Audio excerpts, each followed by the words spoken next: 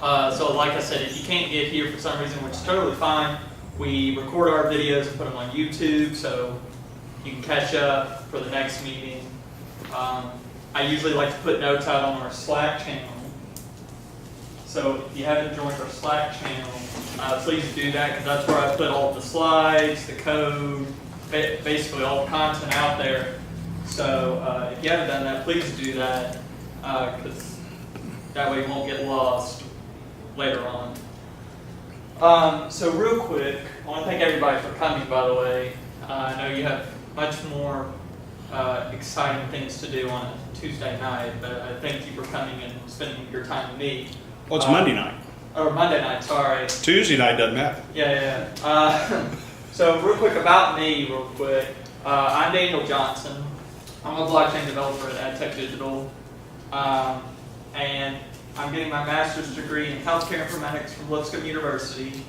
Completed all my coursework except for my thesis, which I've been working tirelessly on for a couple weeks now. So if I look a little exhausted, that's why. I'm certified by IBM as a blockchain essentials developer, which is level 1, which I believe Chris, or you completed it too, so that's great. And I'm also a level 2 developer as well. If you have any questions, feel free to email me. That's my email, danj@adtechinc.com. I would be happy to answer any questions you have related to blockchain, Hyperledger, or just computers in general. So yeah, or if you want to like get lunch or whatever, I'm happy to sit and talk to you about that. Real quick, can we go around the room, because I know we have a lot of new faces in here, and just kind of introduce yourself, like your name, what you do for a living, what you do for a living, and your level of experience with blockchain. So I guess we can start here. Deneen Brown. My current career is operations specialist at Carlex Glass Plant in Nashville, Tennessee.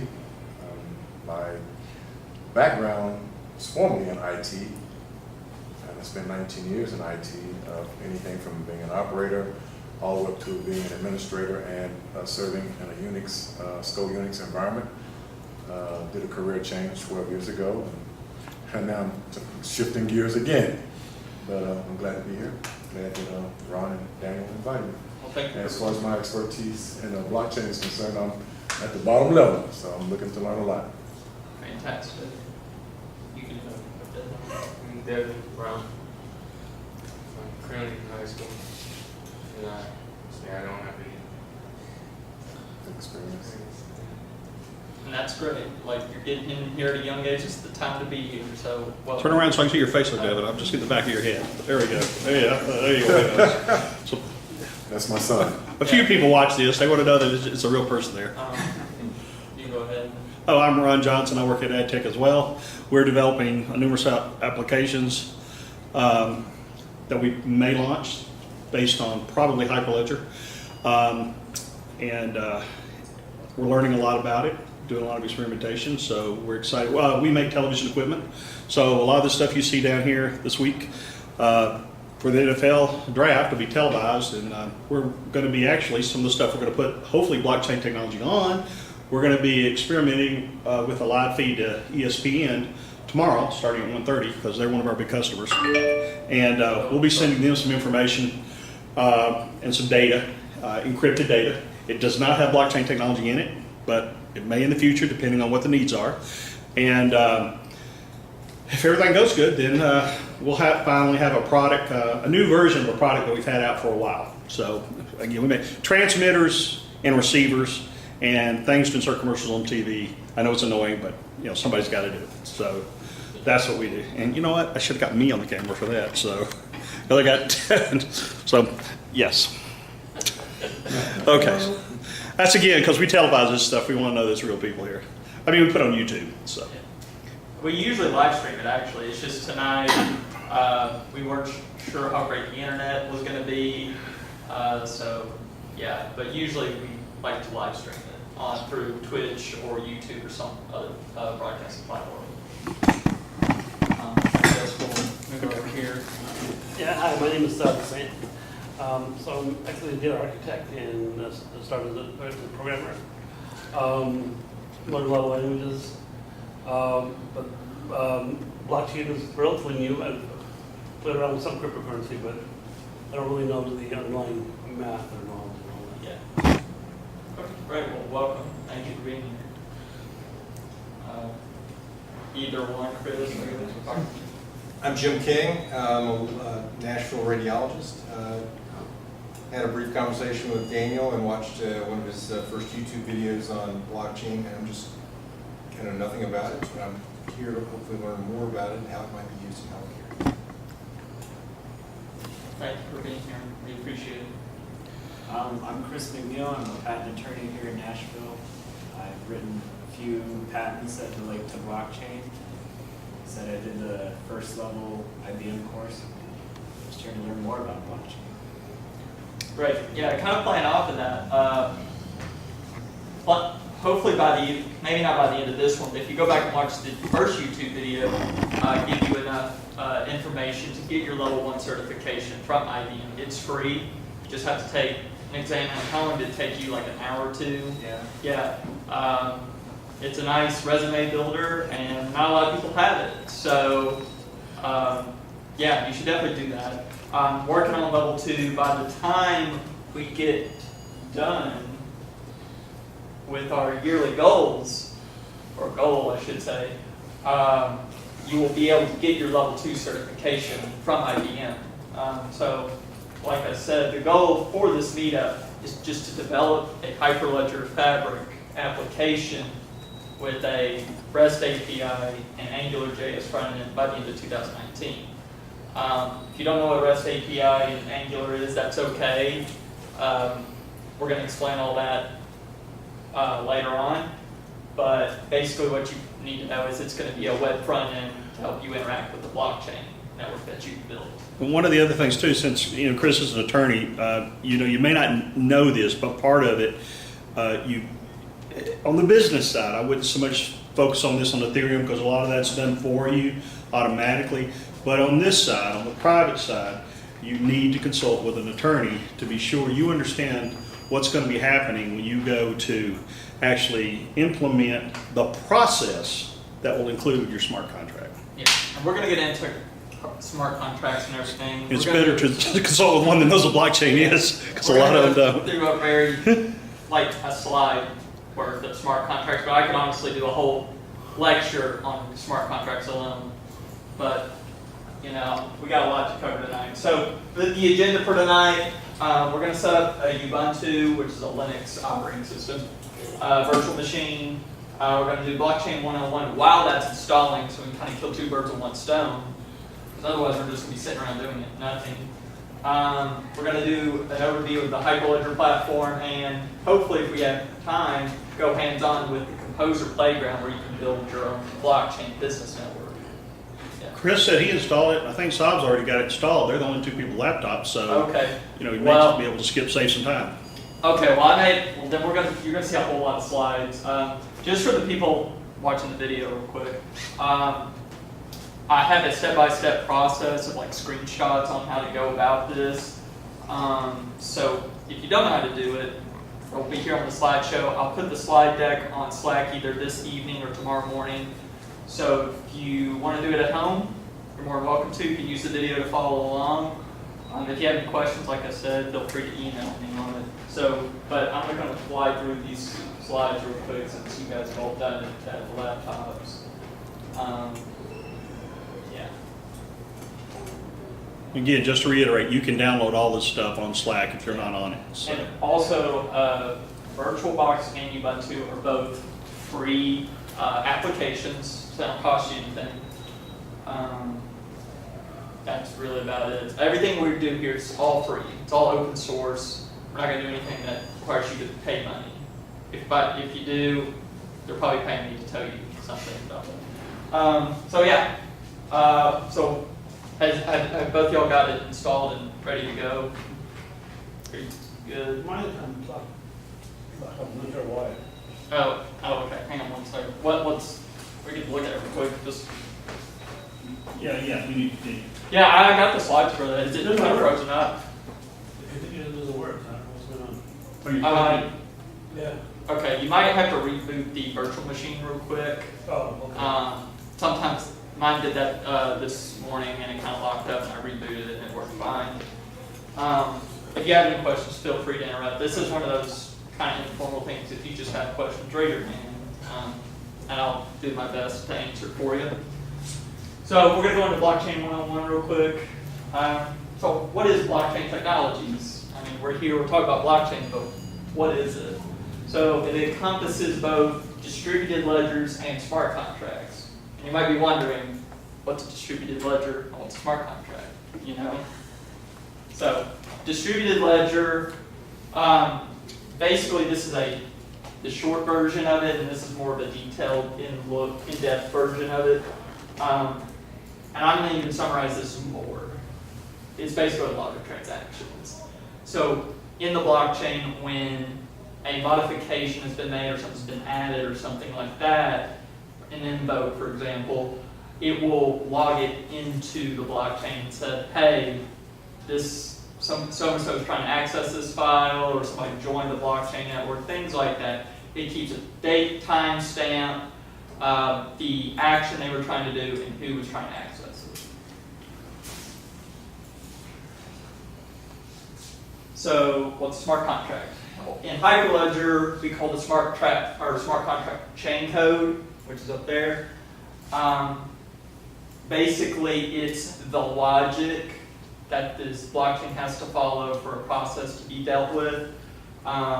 So it's a program for something to be executed on the blockchain, really. Chris, would you like to bring a little insight on more specifics on that? You don't have to if you don't want to, but. I think you've got it. Okay, I will say, from an attorney, you might know a little more specifics on the law side than I would. But from a programming standpoint, on Hyperledger, they use JavaScript for their transaction logic. Other platforms use their own language. I think Ethereum uses Solidity, I think. So that's what they use. JavaScript is a pretty well-known programming language. It's not just the programming side that I want you guys to think about too. It's the smart contract. Smart contract is an automated execution basically, but it's based on the fact that you're going to set up certain agreements. And the basics of it, not being the attorney, but my attorney has told me time and time again, is you need to have, I don't know what the current term is, it's not meeting of the minds anymore. I don't know what they use nowadays, but what used to be, you had to have the consideration and a meeting of the minds to the fundamentals of contract. What is it now? They've changed it. I guess just you have to have an Offer of sale. And an acceptance of that offer. And that's the kind of what fundamental. the meeting of the minds means. I'm sorry, what's that? That's pretty much what the meeting of the minds means or used to mean. Just that the people are offering and agreeing on the same stuff. So what you're trying to set up on the front end is the conditions in which these repetitive officers, or maybe it's just a single instance, but you're trying to set up the conditions in which it'll be met so that it can be executed automatically given the fact that something else has happened. It's a chain of logic. And so you got to think it through. That's why I say a lot of this isn't programming. It's just thinking on what you want to do and how you want to set something up in relationship to your business and what your business transactions are. So that's why I say sometimes you need, the term he used, the offer and acceptance is critical, because if you're going to have a contract, you have to have the offer and you have to have the acceptance. Now, if you're not well versed in the programming realm, that's okay. There's another layer, and we're going to get into this later, for what they like to phrase as the business people. They can write the models, so that the models would include somebody like people. So it could be like, in your case, like a doctor or an insurance provider or a patient. It's like those kind of things. It's like just attributes like first name, last name, address, things like that. Very basic stuff. Anybody can do it. We'll get into that more here later, but that's just kind of telling you don't have to be a programmer to really do blockchain stuff. Just really the smart contract side. So why business blockchain technologies? The main thing I want to point out here is on Hyperledger, it's a permission blockchain, which basically means you have to have permission to join the network. You'll have somebody, and we'll get into this later, who can divvy out your permission level within the blockchain. So you could just have a user level where you're only allowed to access certain documents. You could be a nurse or a doctor or something and have like even a higher level where you have to get into multiple patients' information and access it. Or it could be something like something in a totally different market, like for Walmart, for example, they have to do with a lot of distributors, farmers, things like that, because they're in the produce market with this stuff. And they have to access all that information and know what's going on. So that's kind of the main difference between private and public blockchains. Is just there's a certain level of credentials you have. So if you have any questions, like I said, I'm trying to go through this quickly because we have a lot to cover. But I want to kind of, like I said, this is the Hyperledger meetup, so we're going to talk mostly about Hyperledger. I'm pro Hyperledger, not really so much on the Ethereum side. So kind of introducing Hyperledger real quick. They are an open source software, so it's free. It's sponsored by the Linux Foundation. But it's a global cross-industry community of communities advancing business blockchain technologies. So they work with a lot of big companies. They work with, well, they have a lot of other things they work on too, such as Node.js, which is kind of playing in with AngularJS, which is the front end we're building off of. But they also have OpenChain, Let's Encrypt, the JavaScript Foundation. A lot of y'all might recognize the penguin over there. I forgot what his name is. I think it's Tux. Linus. Is it Tux? I thought it was Linus. I think it's Tux. Yeah. So they're all they work with IBM, Google, I think the Walt Disney Company. I mean, pretty much any big company you can think of, they work with. They're probably the biggest ones they work with right now are IBM, AWS, and Google. So yeah. The Hyperledger Genesis. Basically, I just put this in here to say, this technology is still in its early days. It's very young. We're in that period of where the internet was in the 90s, right where it's about to just grow exponentially, but we're still like right there where it's about just to blow up. A lot of people think they just need blockchain for everything. It's like, we're going to use blockchain because it's the new thing. You don't need blockchain for everything. You need to evaluate what your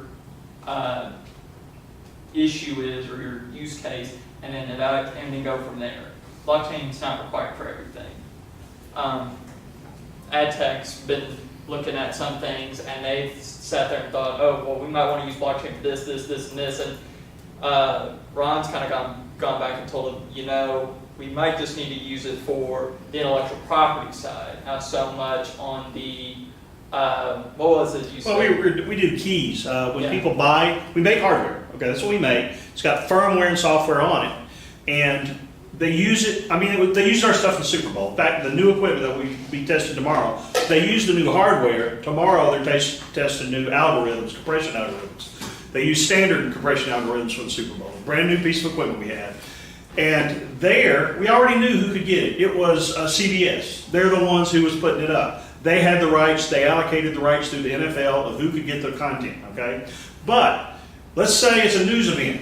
One I can think of comes to my mind is Orlando, and that Orlando shooting happened some time back. My phone was ringing. I come in very early. My phone was ringing right there. They needed to get authorization to provide different types of video technology, more audio channels to broadcast news from Orlando. That shooting happened, okay?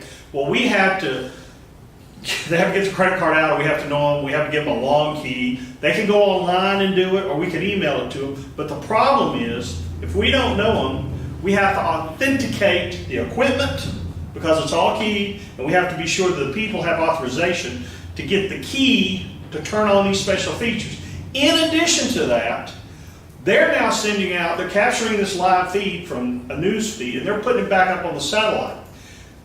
The way it works in the business is that the people who are capturing this are people who normally do sports feeds because sports are scheduled. They always know when football games, basketball games, hockey games, so on are coming.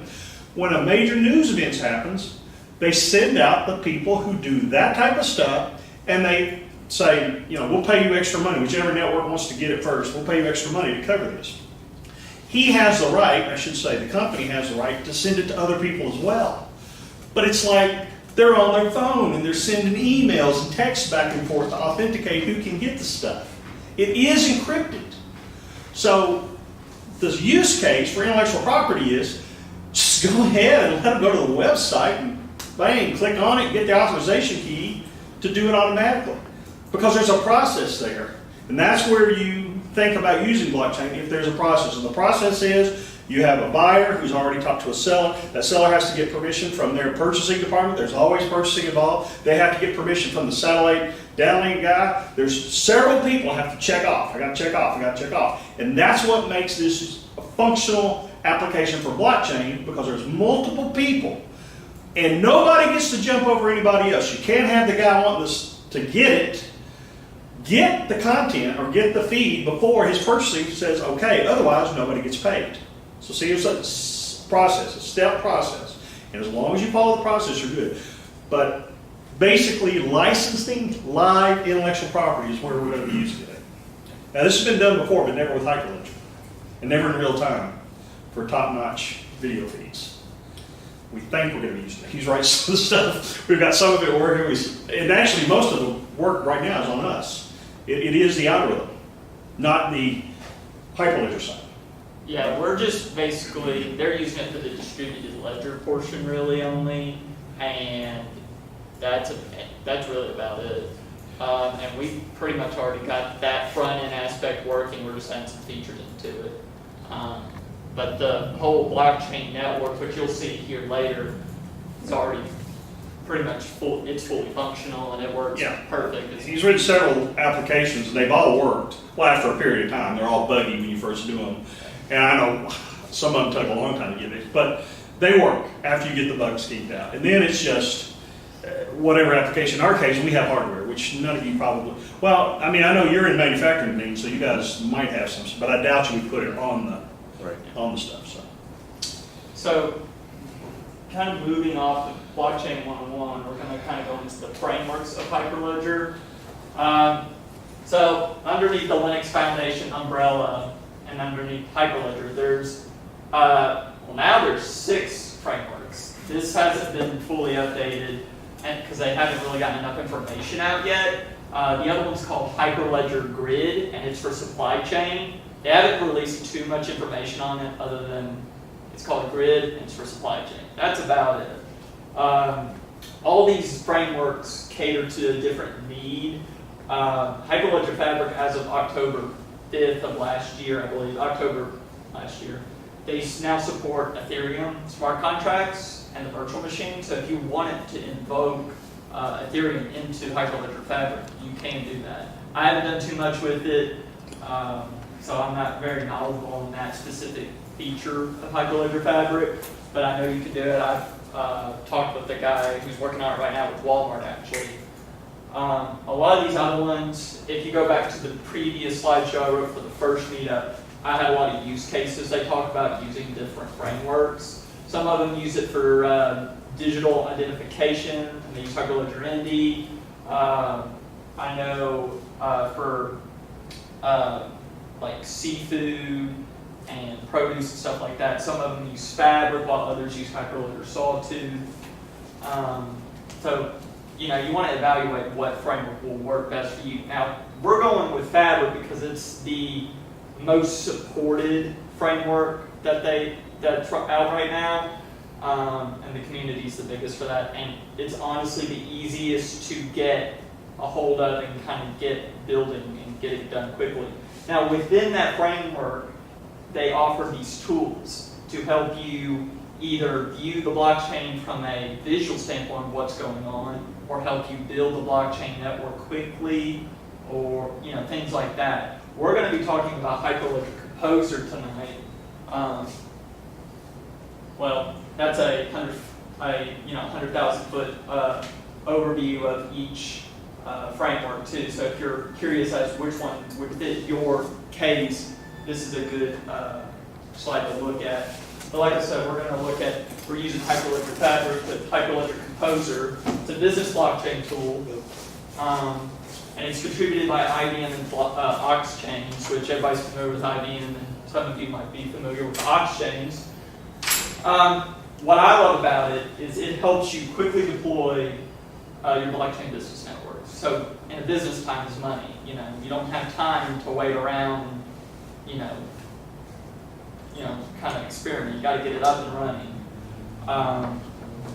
So, with the nice thing about that is it helps you. They give you a lot of language that helps you develop it rapidly. It gives you the smart contract you need to write. It gives you the access control and all that you can it'll help you get it up and running really fast. Like, Chris, how long did it take you, rough estimate of getting a whole business network up and running? About an hour or two maybe. Yeah, I mean, Not too bad. yeah, it's really pretty, that's not bad at all. I want you, one of the guys I talked to over, I think in Atlanta, he can get his up and running in 20 minutes, but he's got a lot. So like I said earlier, the modeling language, business people, so you can have your salespeople or whoever deals with the business aspect, they can write the modeling side of that. And like I said, that's your first name, last name, basic information, and that would go to people involved, assets, what the transaction is going to be going on, stuff like that. Your actual transactional logic is going to be written in JavaScript, and then they help you generate a REST API and Angular JS from the model, which is what we'll be doing. We'll be using Hyperledger Composer through this whole process. Some benefits to Hyperledger Composer. It helps you move from a business concept right into a blockchain solution.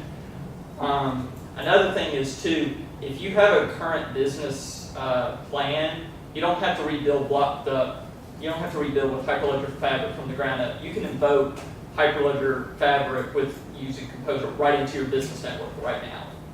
So you'd have to do some evaluation, say where can we plug this in at, but you wouldn't have to go in saying, okay, well we got to start from the ground up and do everything.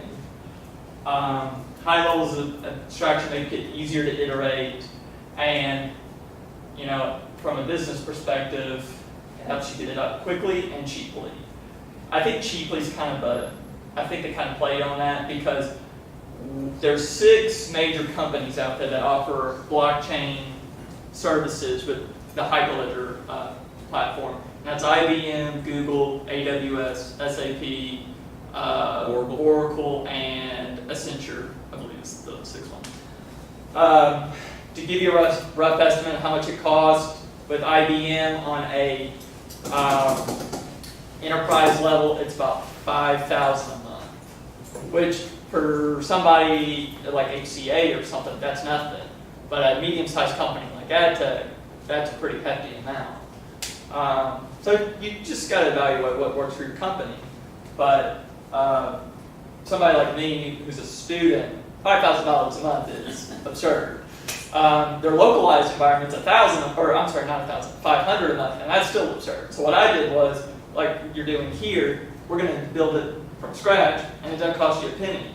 So I learned how to do it, and there's no guides out there to show you how to do it, so that's why we're doing it this way, so somebody can follow that process now. So like we talked about the business network, this is the business network. There's a modeling file, script file, an access control file, and a query file.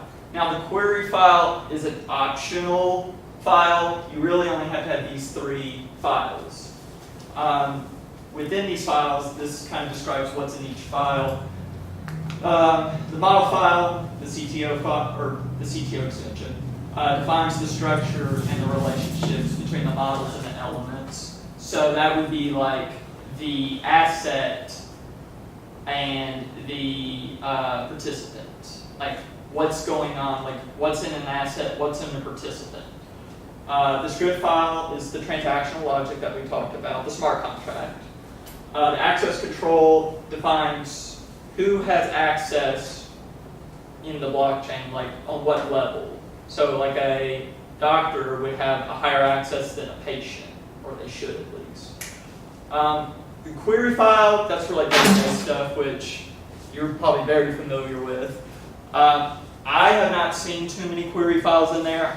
In my experience of developing these business network files, I've not had to deal with a query file yet. So for all I know, they might eventually weed that out. There's no talks of it, but given to the fact that like hardly anyone uses it, I could see it happening. Like I said, we talked, the model file defines the assets, the participants, the transactions, and the optional is an event. You don't have to define the events. You really just have to have these three. And the script file for transactions, access control for access control rules, and the query file, which is your database file for those of you who are not familiar with querying databases, be your query definitions.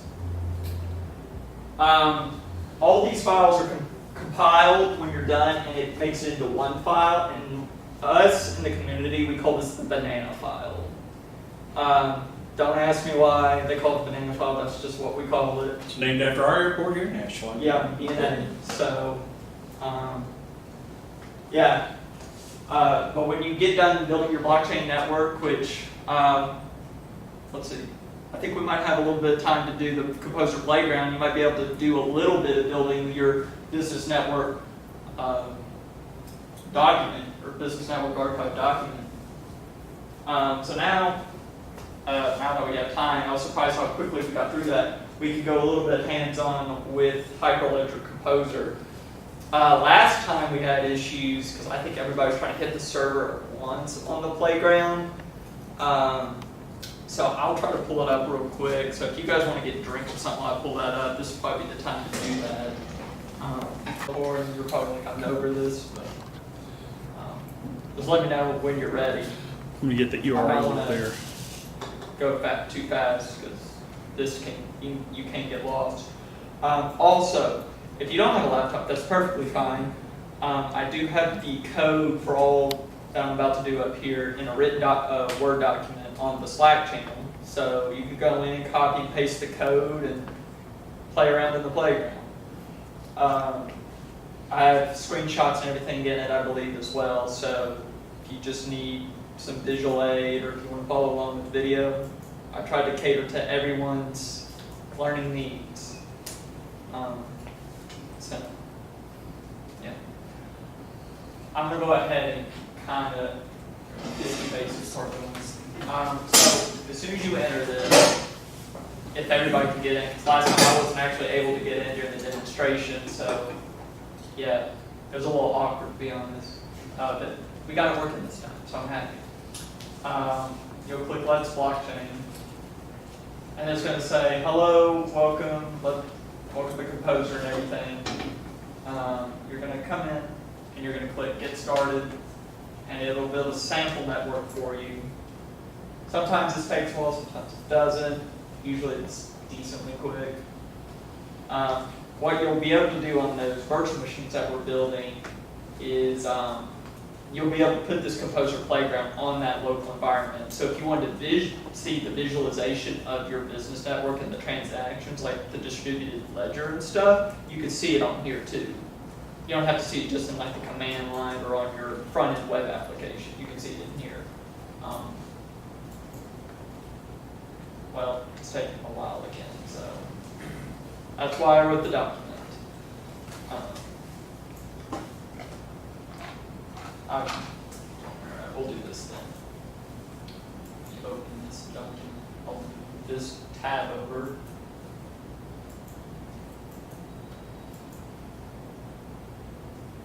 Okay, so this is that document I was talking about where you can kind of come in, copy and paste the code and everything and see what's going on. Like I said, I've got screenshots and everything in here, so just kind of visualize this in your mind as we go through, and later on you can kind of go through and do it yourself if you'd like.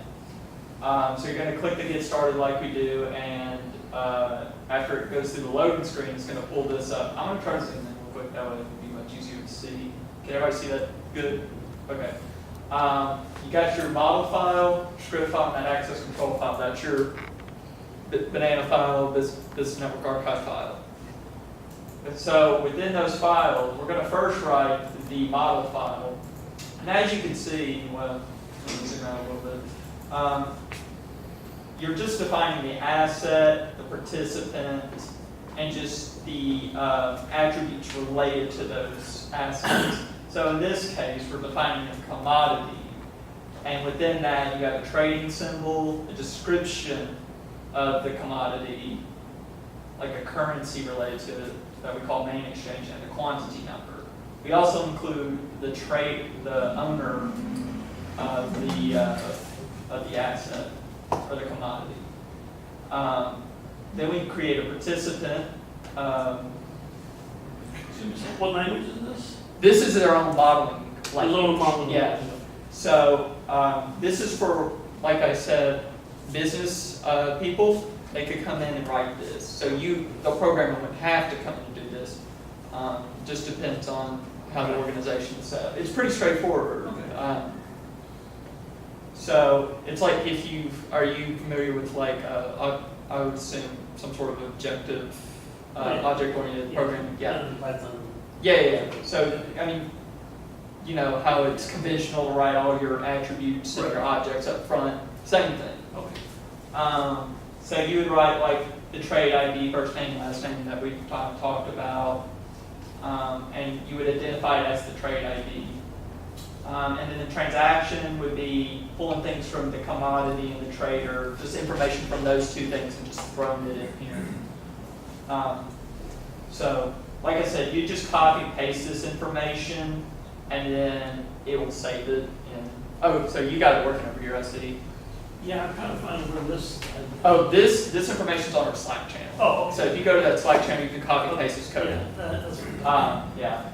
There wasn't an easy way just to say, hey, this is where you go, and no one had a centralized place to where you could get this information. So I had to write all the documentation for it. So you would just replace the code. They have some code in there. You just replace this code I wrote and throw it in there, and it would work. This is the smart contract portion. So it's all written in JavaScript. So if you're familiar with JavaScript, it's going to look pretty familiar.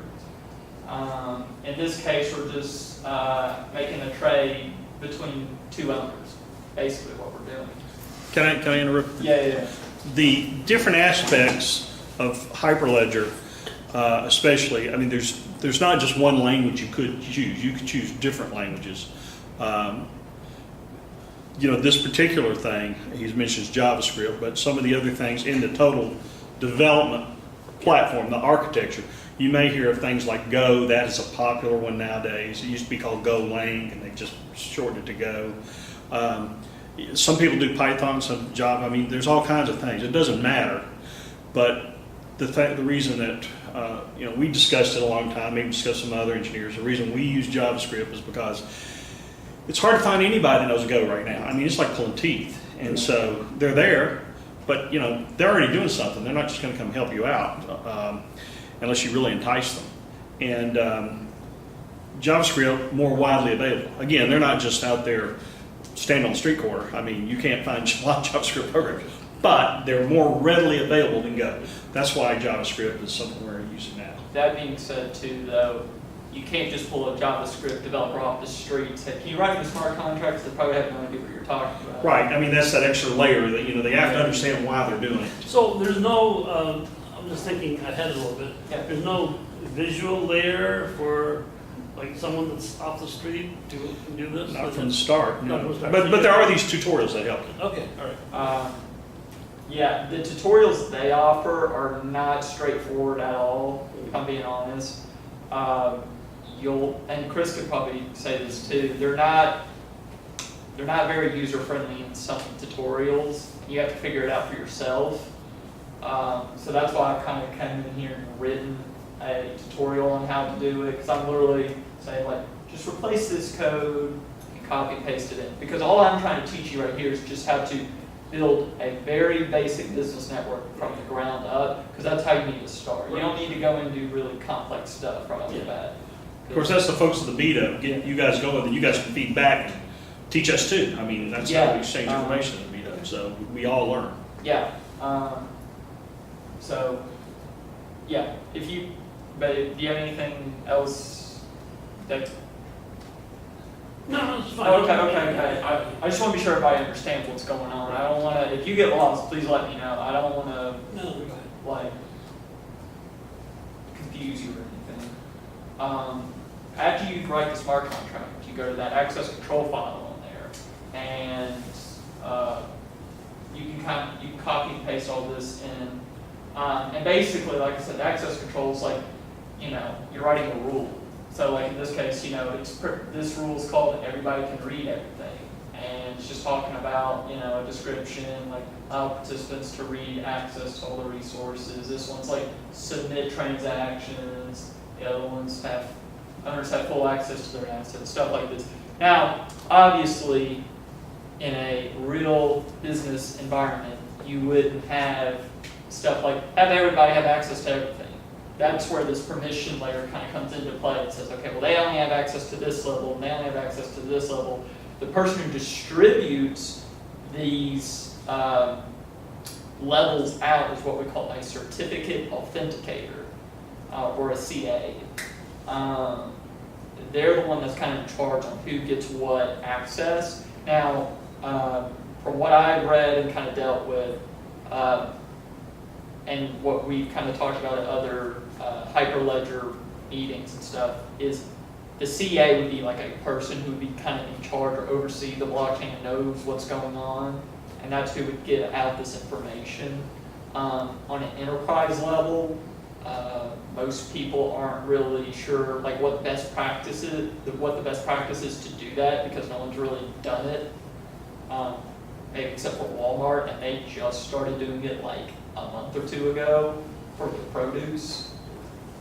So it's still, like I said, it's in its early years of this technology, and we're still trying to figure out what the best practice is for doing certain things. So, let me just back a little bit. Yeah. Like in the Unix world, you have a system admin who hands out authority permission. Yeah. But even the system admin may not be allowed to look at the data or something, maybe limited to the transactions that he can actually look at. He can give authority, but he cannot look at the data. Is there something similar to that? Oh, so you're saying like there's not like one supreme guy who can see everything? Right. Yeah. You could set it that way in your business network environment. It totally depends on the architect and everything. You can. I would recommend it. Yeah. So it's very conditional on what you want, and this is why you need to have a blockchain architect and a designer kind of figuring out all this, how things need to operate within your business environment. Because it's very like, I can't give you like yet a definite answer in the sense of like, this is the best idea to do this, or the best way to do So there's it. no best practices? Yeah, not even that yet. Like, it's kind of, I would suggest being more cautious, because obviously it depends on the data you're playing with, like patient information, PHR or something like that, or PHI, sorry.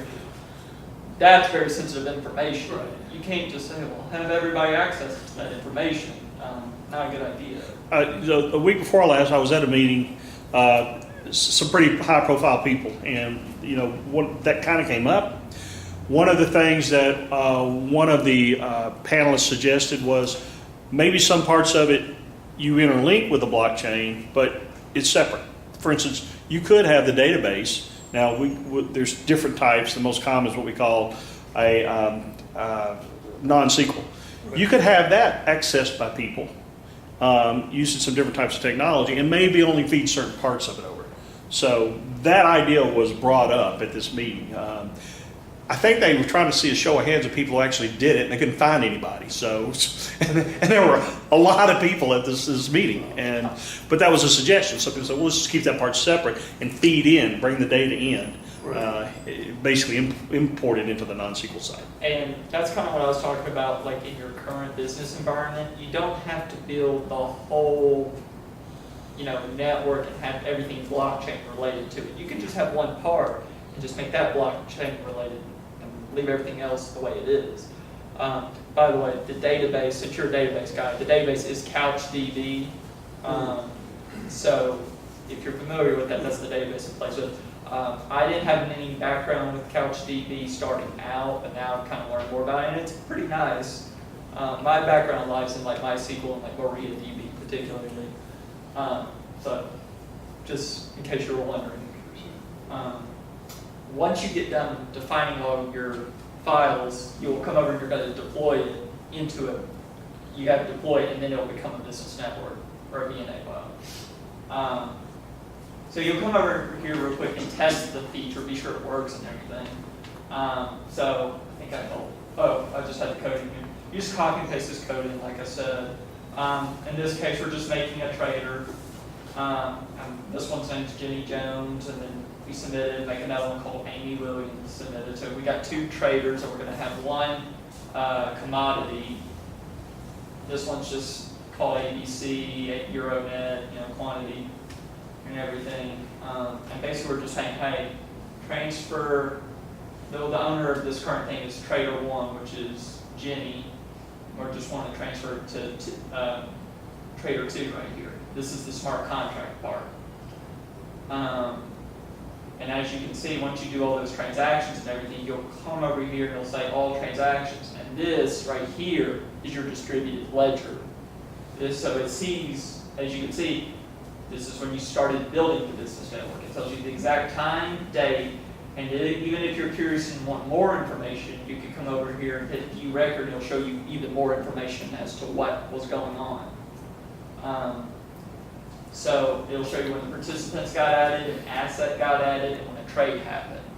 This is this is what a distributed ledger will look like in your business, more than likely. So this kind of gives you a visual picture of what a distributed ledger looks like. I think that's everything. Oh yeah, this is like pulling up and showing that when you click view record, this is just what it shows when you're getting more information. So just to verify that the transaction happened in the blockchain, you have your hash right here. So all this stuff gets imported into Couchbase, stored in Couchbase? Oh, yeah. So are you saying like all this information gets written into the database? Right. Yeah, so it does get written into the database, but it's just like, you know how a database, like a flat file database, it just stores like what you want into it. Same thing here. Okay, so just a document-oriented database. Yeah. I wouldn't suggest doing anything like big file, like video files or anything. Right. That would take up a lot of space. You want to use this stuff only for like your distributed ledgers, that kind of stuff. Because otherwise you're just feeding that thing through. And by the way, we are dealing with video, but the files aren't stored there. Only the key to transmit the rights. That's all it is. It's not the file. Right. So that being said too, the database also keeps up with, obviously, like if you're having somebody try to come in and falsify something, you know how you have to have everything has to go through and be approved by everyone in the network, or you can set it to that. Right. So the database will know what to do and everything. So if something needs to get deleted from it because it was false, it will do that for you. Okay. So you can interrogate the database and say, okay, these are all the transactions by this person. Yeah. Okay. So like if you need to delete something, which you can't delete it because it's immutable. Yeah. But if it was a falsified thing, you'll go back to the last time it was a good. Yeah. Like, No, just for some analysis. Yeah. So you can say, show me all the transactions last month between these two. Yeah, you can set up queries. Oh, I see. That's what that would be Okay. really. It'd be a query basically. So you don't have to go to the database, you can just stay in this framework. Yeah, but if you want, I haven't found something like a PHP MyAdmin or something like that yet. They're probably working on something like that, but I haven't found anything. I've looked around. I might have missed it. There's a possibility of that, but I haven't found anything. I really wish there would be something like that. But a lot of this stuff, like this whole, this kind of thing, when we build the front end with AngularJS and the REST API, it will look like this if you want it to. Starting out, it will look like this, and then you can kind of modify it with JavaScript, with doing some JavaScript programming, with like jQuery and stuff. So I think that's everything. Yeah. So it's only like a 10-page document. It's not very. So yeah. By the way, you used the term immutable. Some of you might not know what that is. There's a number of terms in it. If you want to get with me, I can get you documentation. So several different publications. Do you have any of those things on the website? I believe I posted on our Slack channel the Blockchain for Dummies book that That's IBM great. Use that. wrote. It's free, but you actually have to make an IBM account. That doesn't cost anything. But I think I put that book up there. I'll have to go double check. But that book is fantastic. Like that's honestly where I got my start with blockchain 2 years ago. So it's great. And they've updated it some, and Yeah, they have updated still it. got some bugs, but it's gets you started and lets you understand. I would use that book as a reference tool. It's not a book I would suggest you just sit there and read through. It's not that. You can do that, and that's fine. But I use it as more of a reference to learn more about just the field. It's not very big, 45 pages, I think, Yeah, something like that. Coding-wise, you're not going to get much out of it. It's more just for theory, which you do need to know, but you're not going to. You can learn the theory and everything doing coding too. Yeah. So it doesn't, you can do the theory, this is on college base, but you can have other databases too? Yeah. Are you saying can you have other databases than Couch? Yeah. I haven't seen anyone else use anything but Couch, because that's the default database. They actually do have one other database. I can't remember the name. It's not a very well-known database. So they do use it. I can't remember what it is. I just use Couch because I was like, I've heard of Couch. I think Couch is a pretty common database amongst the community, other than MySQL and like Postgres or something like I'm that. not sure if Couchbase is totally open source, maybe like open source with one node or something, that's it. From what my research I've done, they had like an open source version, Yeah. and that's what we. By the way, we also looked at Mongo, which Okay, was yeah. early on. They're very similar, but I had, in fact, that's one of the things he supervised. I had 2 interns build applications on both of them, and Couch was better for us. I mean, we could use a SQL database, but nobody does that. Yeah. And Mongo was pretty good too. They were very similar, but one of the reasons we went with Couch was because it was more widely used. So, networking, other people doing meetups, it's just use where you can get the information. My logic was sticking with Couch was, let's say we have an issue and the database goes down. You have a bigger community, people can help you out. It's that kind of thing. You don't want to use things people aren't familiar with. And by the way, if you're not, and I know I know you're an old database guy, but if you're a database guy, so am I, old database guy. He's an old database guy.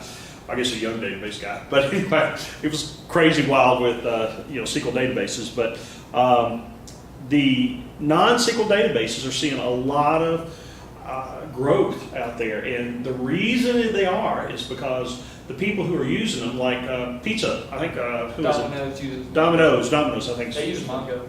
Yeah, and the reason is because the home office doesn't need to know every little transaction they do, but they want to share in the pricing and the other stuff. Right. So they can do their local stuff and still get access to the data or send data back to the home office if they want to do that. So it enables them to do their localized data, they can share data, they can do what they want to do. I mean, still out in the ether somewhere, but the home office doesn't care about it. They just care about the specifics of how much materials are they ordering and are they paying their bills and that type of thing. And that's why the non-SQLs are starting to see, I think, a real growth out there. At the back end, they're probably all still using SQL databases on Oracle or something, or IBM. I mean, that's what we find out just about all of them do. Yeah, for the financial analysis, being a SQL database, for the transaction. Yeah, you don't need it. The document database, which we scrub out.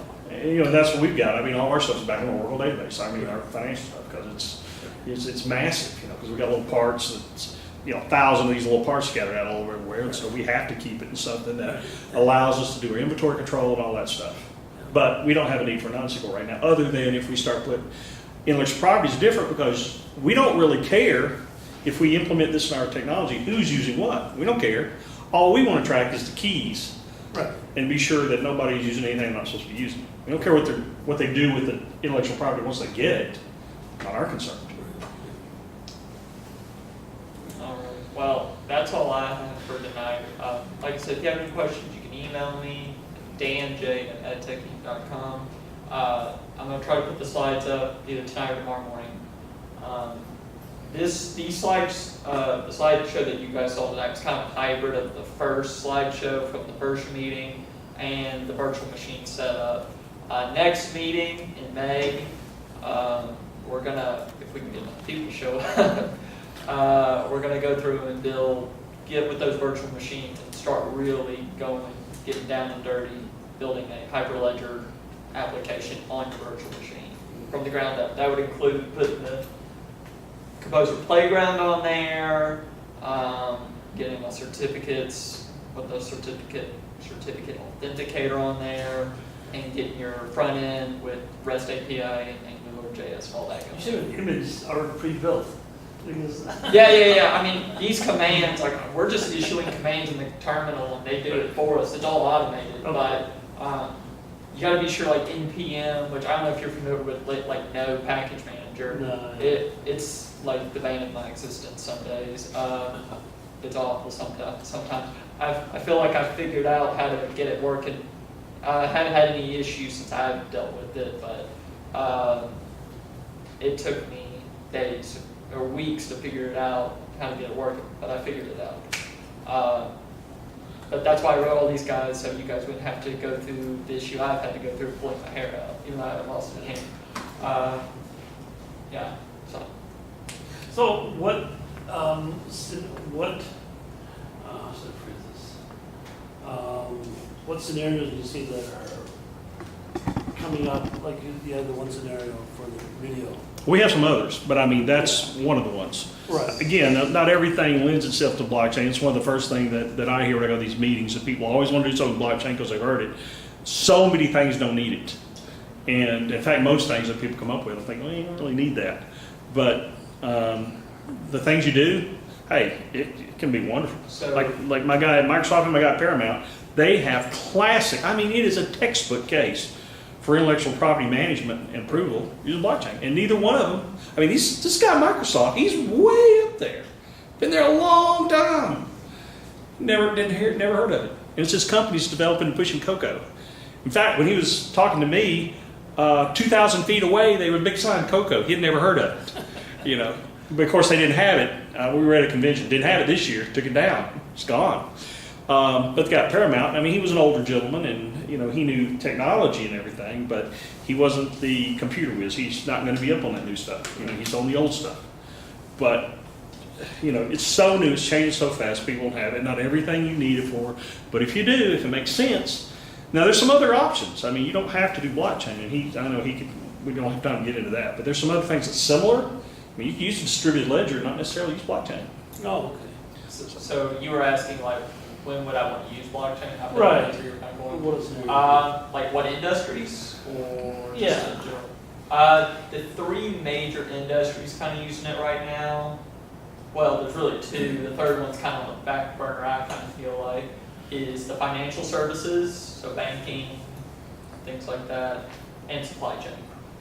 Those are the two, especially supply chain. They're in the four. They're running the show because Yeah. Walmart's doing everything with their produce right now, working with manufacturers. Supply chain's and big, the yeah. and the farmers and the packaging and all that. Now, you can go right down the street here. I mean, next street over, I mean, what, a block and a half down. You've been to the WeWorks, you've been to the regular blockchain meetings, haven't you?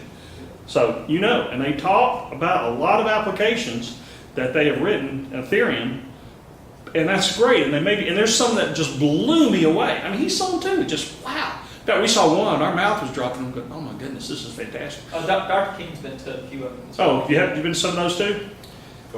Yeah, so, but when we started getting with the people, and I started calling them at their office, and we found out, well, those don't really work. They're just like slides. So I don't know how many of them actually work. Plus, they're using Ethereum. They're trying. You can tokenize Hyperledger. We didn't talk about that. We may talk about that. I mentioned it, But- so you can do Ethereum. Yeah. So we didn't get into that, but they're doing a lot of that, and they're doing tokens and stuff like that. And I just don't know on the private networks if that's going to fly. I know with insurance companies, and we sell a lot of hospitals too.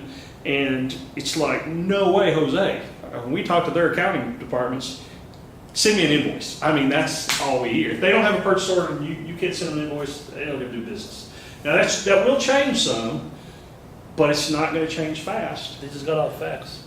Huh? They just got off fax. Yeah. The third industry is healthcare, but Dr. King can probably tell you that's not really, like, a lot of people want to use it, it's just there's a lot of hesitation towards using it. When you say, I think so, yeah. yeah, Aren't both sides of the transaction that are comfortable using the technology. yeah, it's one of those, yeah, it's just really, like, I'm getting my degree in healthcare informatics, like I said, and so I've learned a lot about, like, the vendors, so, like, if you're familiar with like the EMR or EHR softwares that you go to when you go to your doctor, they have a lot of, the two biggest ones are Epic and Cerner probably, especially Epic. Vanderbilt uses Epic, they have their own version called eStar. And I asked one of my friends, because he's a developer at Vanderbilt, so what's the chance of you guys ever thinking of doing blockchain? They said, we're nowhere near that, because they're still trying to learn eStar in itself, even though when did that happen, like 4 or 5 years ago or something? 2? Yeah, 2 years ago. They're still trying to get their hands around that. So it's just one of those things, like, for certain cases in the medical industry, it might come to fruition sooner, but generally speaking, something like getting into EHR or something like that, that's not going to happen anytime soon. A lot of people think it will, it won't, because we have to do a lot of, HIPAA has to go through some stuff, and there's a lot of process that they have to go through. I don't think a lot of people understand. You might see it on the patient side. I did see one good application that somebody wrote to maintain patient data. The only problem with it was the business side of it. They were trying to fund it through cryptocurrency, and patients aren't going to use cryptocurrency. No. The model was right, what it did was right, everything was right, but I'm thinking, it's not run a business. I mean, it ain't going to happen. So, but the thing worked. I mean, it's got a lot, and there's some good things they could do with cryptocurrency because it does. But people, I mean, I don't use cryptocurrency to buy anything. Personally. The closest thing I would say I kind of dealt with this. I mean, I do have some, I should say. I wrote a paper on it, like a white paper and everything, and it is like, it's plausible that it does work, is tracking pharmaceutical, the drug itself from the distributor to the, or supplier to the distributor. Yeah, supply, that's basically what it is. And for international, I do a lot of international work. Like today, I had one of my people tell me, he says, I'm having trouble with this thing in Russia. And I says, you didn't match the pro forma invoice with the actual order, did you? And he goes, no, how did you know? Because I've done it 100 times. Every time you send something to certain countries, Russia being one of them, you better literally have the I dotted just the way it says on the order, the invoice, everything has to match, weight, everything has to be perfect, because they run it through the mill. You've got to get all kinds of other types of documents with it. It's a pain in the rear. But Estonia, who's right there next to them, beautiful country, been to it, love it. They use it, they're going cryptocurrency crazy.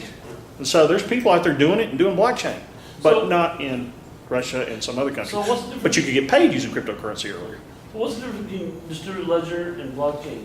Blockchain is one type of distributed ledger? No. The distributed ledger is in the blockchain, basically. Okay. It's just a way to help you track the blockchain, what's going on in the blockchain. Oh, I see. Okay. Yeah, so it's just a transaction, it's a log, like you would do like a log in one of your computers, like in Unix, Right. And it replicates the data too. I mean, Yeah. so if one's down, the other one's, that was one of the problems really that I got ticked with IBM early on. They did provide, and so does Oracle now, SAP, they all provide these nice little sandboxes, but they put it on one server. You can't get a real world test by having it on one server. So long story short, he went out and bought servers in what cities? London, I mean, where'd you? New New York, San Francisco, and London.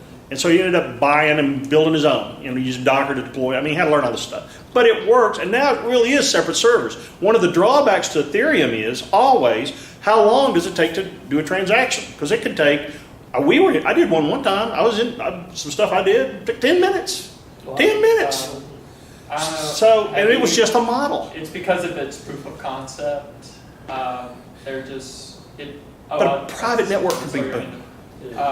Hyperledger, I did it on theirs, it took not even a second, I'd say like 0.4 milliseconds maybe. I don't know, it's like. So it does it to the local server and then distributes out. It's all, yeah, it's pretty much simultaneous. Right. Like he said, one node goes down, it doesn't make a big node because it's decentralized. Right. And by the way, that's one of the advantages of Hyperledger, without getting too deep. If you're storing video files themselves, you don't want, as he said, you don't want to put them out there on your servers. Sure. But you still may want to protect them. So there's other ways to do it that are related to the blockchain. We just don't have time to get into it. It's pretty deep. But you would have your stuff in ultimate different locations so that if one died, Right. you know, if you've got servers in San Francisco and they get an earthquake, you know it's going to be available somewhere else. Yeah, there's a lot we could keep talking about, but I feel like it's getting kind of late. I think our room reservation's Yeah, it's about up. So, yeah. But I want to thank everybody for coming out tonight. I really appreciate it. And stay tuned for next month. I'll put all the information on the meetup channel here in the next couple of days, hopefully. So thank you.